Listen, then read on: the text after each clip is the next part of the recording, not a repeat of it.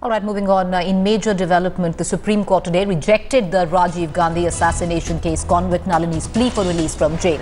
Nalini, whose death sentence was commuted to life imprisonment in 2000, had moved the Supreme Court challenging Section 4351 of the Criminal Procedure Code that mandated the Tamil Nadu government to consult the centre before releasing 7 life imprisonment in the case. Now, Nalini, along with 6 others, is currently lodged in the Vellore Central Prison in Tamil Nadu, incarcerated since the year 1991. Well, that is the latest development that we're getting in at this point of time. The Supreme Court has rejected the former Prime Minister Rajiv Gandhi's assassination case convict Nalini Sriharan's plea for early release from prison. I'd like to cut across directly to my colleague Srisha Reddy, breaking this news on headlines. So, Srisha, can you get us modalities of what exactly was stated by the Supreme Court?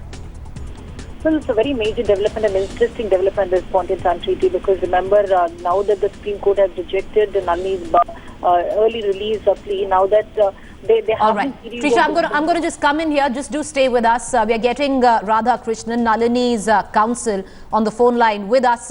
Would you take us through the plea that has been rejected, Mr. Krishnan? Hello. Yes. No, the challenge was to Section 435(1)(a) of the Criminal Procedure Code. As per Section 435(1)(a), if we want to release this Rajiv Gandhi assassination convict, you have to necessarily obtain permission from the central government. That's what the section says.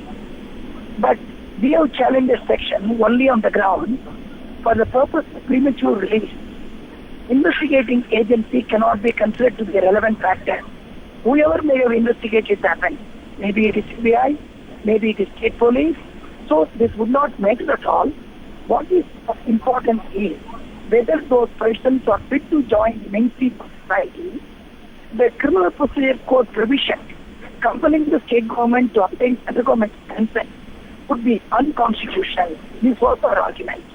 Central government filed a reply, but the Honorable Chief Justice and the other 2 Honorable Judges were of the opinion, they declined to entertain the expedition without recording any reason. It doesn't mean that they examined the issue and, decided the issue, but they not examined the issue at all. So after hearing me, they passed the order with one line: we decline to entertain the expedition. What is the further course of action that Nalini would want to take from here? No, the issue is now the Supreme Court has not, decided the issue. Okay. Now it is kept open. It is kept open. So Nalini's, release is before the Constitution bench today. Okay. It may be heard tomorrow or next month or next year. So the issue is, still pending.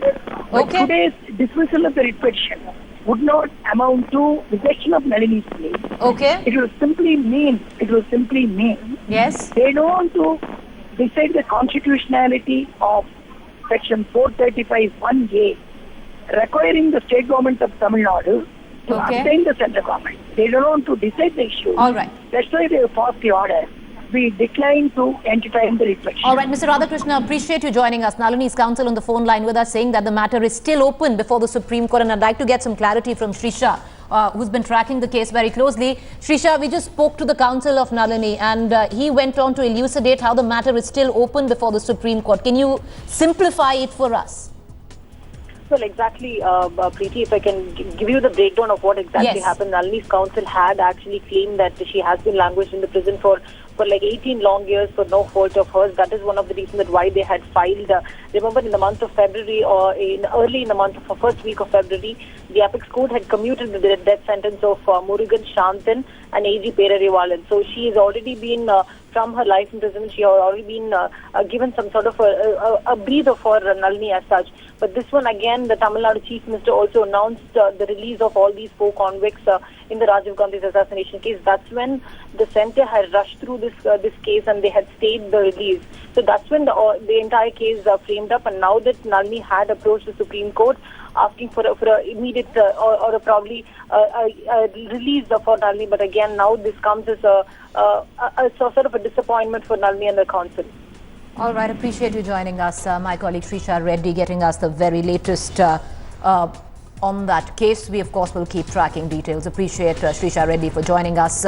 Moving on right now. More news coming in, breaking news that we are getting in at this point of time.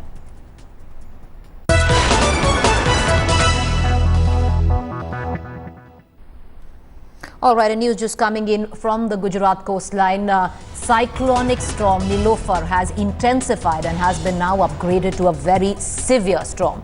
Well, that's the latest that we are getting in the coastal district of Gujarat on high alert. As we are just pointing out, cyclonic storm Nilofer is all set to intensify.